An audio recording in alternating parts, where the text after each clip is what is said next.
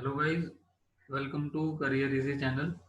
तो इस वीडियो के अंदर मैं आपको बताऊंगा कि जब हम आरएच क्राइटेरिया को यूज करते हैं, ठीक है, आरएच क्राइटेरिया से क्वेश्चंस को सॉल्व करते हैं, तो हमारे पास कुछ ट्रिक्स होती हैं जो हमें अप्लाई करनी होती हैं, उससे बड़े जल्दी आंसर आ जाता है। ठीक है, तो दो तीन ट्रिक्स ही हैं। Tricks in the sense pure mathematics है, बट ठीक है कि आपके पास इतना टाइम नहीं होता और आप जल्दी इनसे आंसर निकाल सकते हो। तो सबसे पहले जो हमारे पास, जो मैं आपको बताना चाह रहा हूँ, जो आपने शायद कभी ना सुनी हो, वैसे सुनी तो एक नो डाउट, बट ठीक है, कई बार भूल जाते हैं हम लोग ये। ठीक है, तो ये मैथमेटिक्स में पढ़ चुके हैं पहले कि डिस्कार्ट साइन रूल होता है। वो रूल क्या कहता है, पोलिनोमियल से रिलेटेड चैप्टर आता है ये बीटेक में, कई बार किसी किसी कोर्स में पढ़ाया जाता है, किसी में नहीं भी पढ़ाया जाता। ठीक है, चलो, अगर पढ़ाया गया तब भी ठीक है, नहीं तो नहीं। अभी क्या है ये मैं आपको बता देता हूँ कि इसका यूज क्या है। डिस्कार्टेड साइन रूल क्या कहता है, सपोज आपके पास कोई पोलिनोमियल है, जैसे आप देख रहे हो यहाँ पे एक पोलिनोमियल है, ठीक है।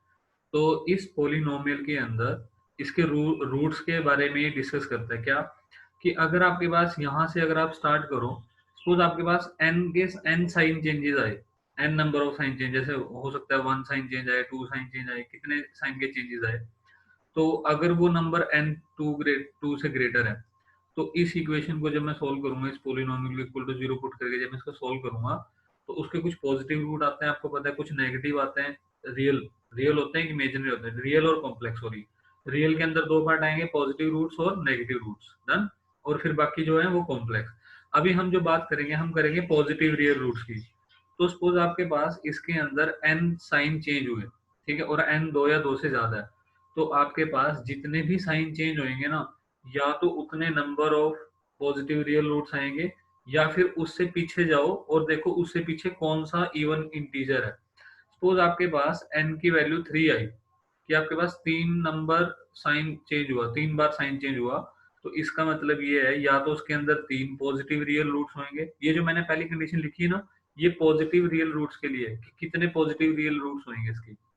तो अगर आपके पास सपोज तीन साइन चेंज किए, तो इसके जो पॉजिटिव रियल रूट्स आएंगे, या तो वो तीन आएंगे, या फिर तीन से पहले, अगर आपको पता है जो पॉजिटिव इंटीजर होता है, इवन इंटीजर जो होता है तीन से पहले, वो क्या होता है, टू। तो इसके या तो तीन आएंगे पॉजिटिव रियल रूट्स, या फिर दो आएंगे। ऐसे ही अगर आपके पास ऐसा करते टाइम अगर n की वैल्यू दो से कम आई, मतलब या तो जीरो, कोई साइन चेंज नहीं हुआ, या फिर वन, कि एक बार साइन चेंज हुआ, तो ये अगर जीरो या वन आता है, तो वही नंबर जो होता है ना, वो हमारे पॉजिटिव रियल रूट्स को डिफाइन करता है, कि number of positive real root. अगर सपोज आपके पास एक साइन चेंज हुआ, तो उसका जो पॉजिटिव रियल रूट आएगा वो वन ही आएगा। और अगर कोई साइन चेंज नहीं हुआ, तो उसके पॉजिटिव रियल रूट कोई नहीं आएगा, डन। तो ये तो हो गया पॉजिटिव रियल के बारे में, पॉजिटिव रियल रूट्स। अगर हम बात करें नेगेटिव रियल रूट्स की, ठीक है, नेगेटिव रियल रूट्स, तो नेगेटिव रियल रूट के लिए आपने क्या करना है, जो आपके पास करेक्ट, जो आपके पास इक्वेशन गिवन होगी, उसके अंदर x को माइनस एक्स पुट कर देना है। ठीक है, अब यहाँ पे लैपलेस डोमेन में s होता है, तो s को माइनस एस पुट कर देंगे, जो भी है। फिर हम देखेंगे अब इस इक्वेशन को आपने इसके अंदर ना नंबर ऑफ साइन चेंजेस देखने हैं। सपोज आपके पास साइन चेंजेस टू या टू से ग्रेटर है, तो उतने number of negative real root होंगे, या फिर उससे पीछे वाला इवन इंटीजर। ठीक है, ध्यान रखना। जैसे मैंने सपोज आपके पास पांच साइन चेंज आ गए, पांच साइन चेंज, तो या तो आपके पास पांच ही नेगेटिव रियल रूट होंगे, या फिर चार नेगेटिव रियल रूट होंगे, इन दोनों में से कोई एक होएगा। एग्जैक्टली नहीं बता सकते, बट इनमें से होता है। वैसे इसका और काफी डिटेल्ड एनालिसिस होता है, वो मैं डिस्कस नहीं कर रहा, क्योंकि जो हमारे इंजीनियरिंग के लिए काफी है, कंट्रोल के लिए, वो सिर्फ ये दो तीन पॉइंट है जो मैंने इसमें बताए आपको, ये दोनों पॉइंट। ठीक है, नेक्स्ट जो हमारे ये डिस्कार्टेड साइन रूल है, ये अभी यूज करेंगे क्वेश्चंस के अंदर, तो आपको आइडिया लग जाएगा। जब मैं गेट प्रीवियस कराऊंगा, तो उसमें एक दो क्वेश्चन के अंदर इस चीज को यूज करेंगे, ठीक है, तब आपको आइडिया लग जाएगा कि कैसे यूज करना है इसको।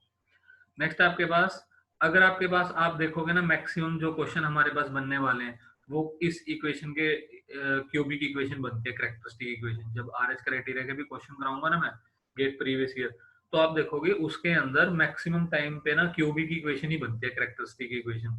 तो इसको ना आरएच टेबल वगैरह बना के सोल्व करने की जरूरत नहीं है। इसकी ना डायरेक्ट ट्रिक होती है, क्या होती है, कि ये जो अंदर वाले कोफिशिएंट है ना, इन दोनों का मल्टीप्लीकेशन, बी और सी का, और ये जो बाहर वाले कोफिशिएंट है, ठीक है, ये जो बाहर वाले कोफिशिएंट है ए और डी, इन दोनों का मल्टीप्लीकेशन कर लो, तो आप यहाँ से डायरेक्ट जजमेंट कर सकते हो।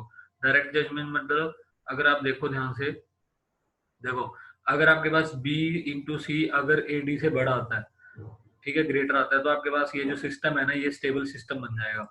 अगर आपके पास ये इक्वल आता है तो ये ऑसिलेटरी सिस्टम बन जाएगा, मार्जिनली स्टेबल। अब यार मार्जिनली स्टेबल है और ऑसिलेटरी है तो कुछ ऑसिलेशन होंगे, कुछ ऑसिलेशन होंगे तो उसकी कुछ ओमेगा भी आएगा। उस ओमेगा को भी कई बार आपको ना सोल्व करना आ सकता है, तो आप क्या करना, आपको याद है मैंने जो थ्योरी की वीडियो थी उसमें बताया था जब आपके पास कंप्लीट रो जीरो बनती है ना, कंप्लीट रो, तो उसके लिए हमारे पास वो सिस्टम जो है वो इमेजिनरी एक्सिस से पास करता है, मतलब उसके रूट्स वहां पे होते हैं, तो इसका मतलब वो ऑसिलेट करेगा। तो सिंपल सी बात है, B C is equal to A D का मतलब है कि सिस्टम ऑसिलेट करेगा। और अगर सिस्टम आपके पास ऑसिलेट कर रहा है, ठीक है, अगर सिस्टम आपके पास है तो उसकी कुछ ना कुछ फ्रीक्वेंसी रहेगी। और उस थ्योरी लेक्चर मैंने आपको बताया था कि वो जब पूरी रो कंप्लीट रो जीरो बनते हैं ना, तभी ऐसा सीन होता है। और कंप्लीट रो आपने वो भी देखा था कि उसके लिए हमने ऑक्सिलरी इक्वेशन को सोल्व किया था। और मैंने ये भी बताया था कि ऑक्सिलरी इक्वेशन हमेशा इवन पोलिनोमियल होती है। तो अगर वो हमेशा इवन पोलिनोमियल होती है, तो इवन पोलिनोमियल क्या है इसके अंदर, ये और ये, तो मैं क्या करूंगा, बी ए स्क्वायर प्लस डी को जीरो के ऊपर पुट कर दूंगा। तो अगर आप इसी क्वेश्चन को सोल्व करोगे ना यहाँ से एस की वैल्यू के लिए, तो आपको यहाँ पे ओमेगा भी मिल जाएगा कि उसकी ऑसिलेशन फ्रीक्वेंसी कितनी है, ओमेगा ऑसिलेशन लिख सकते हो आप इसको, ठीक है, कितने रेडियन पर सेकंड, वो यहाँ से आपको मिल जाएगा। सपोज आपके पास बी और सी का जो मल्टीप्लीकेशन है, अगर वो एडी से कम आ गया तो वो सिस्टम अनस्टेबल बन जाएगा। ठीक है, ये बहुत इंपॉर्टेंट ट्रिक है, आप इसको ध्यान में रखना।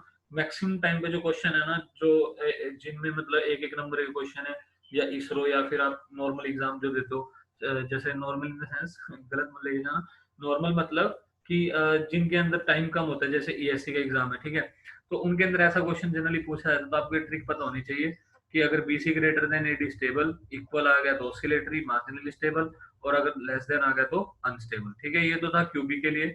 अभी मैं आपको बता देता हूँ क्वाड्रेटिक के लिए भी। सपोज आपके पास कोई इक्वेशन क्वाड्रेटिक है और आप चाहते हो कि ये जो सिस्टम बने वो स्टेबल बने, तो आप ध्यान रखना इसके जो स्टेबिलिटी के लिए इसके जो कोफिशिएंट है ना, ये तीनों के तीन ये सेम साइन के होने चाहिए।